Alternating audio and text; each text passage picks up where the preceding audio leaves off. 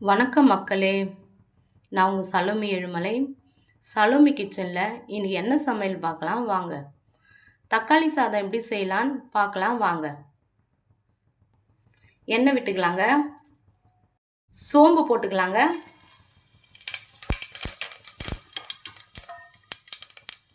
வெங்காயம் போட்டுக்கலாங்க. டம்ளர்ல நான் 2 டம்ளர் அரிசி போட்டேன்.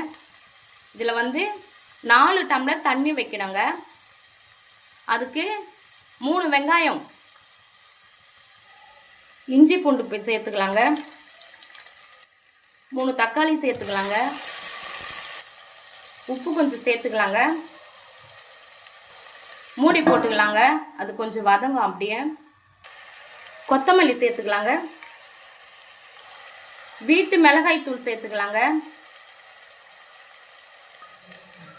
தண்ணி ஊற்றிக்கலாங்க. அரிசி போட்டுக்கலாங்க.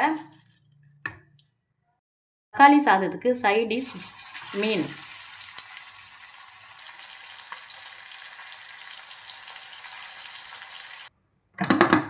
தக்காளி சாதம் ஓப்பன் பண்ணியாச்சுங்க.